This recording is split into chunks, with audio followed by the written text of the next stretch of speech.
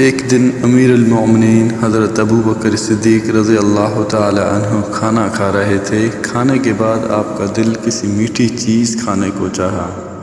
آپ نے اپنے زوجہ صاحبہ سے پوچھا، کیا کوئی میٹھی چیز نہیں ہے؟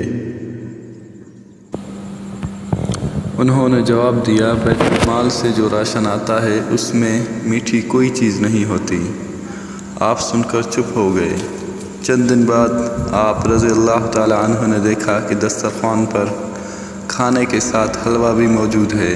آپ نے اپنی زوجہ صاحبہ سے فرمایا، تم نے تو کہا تھا کہ ہمارے راشن میں میٹھی کوئی چیز نہیں آتی، تو پھر آج یہ حلوہ کیسے بن گیا؟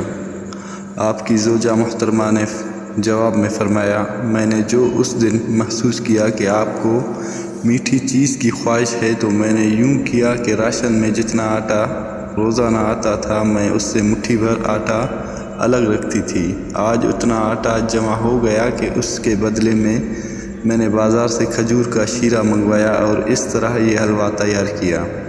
آپ نے حلوہ تلام فرمایا اور زوجہ صاحبہ کا شکریہ ادا کیا اور فرمایا، کھانے کے بعد آپ رضی اللہ تعالی عنہ جاتا ہے، آج سے اس میں ایک مٹھی کم کر دینا، کیونکہ ہفتہ بھر کے تجربے نے بتایا کہ ہمارا گزارا مٹھی بھر کم آٹے میں ہو جاتا ہے۔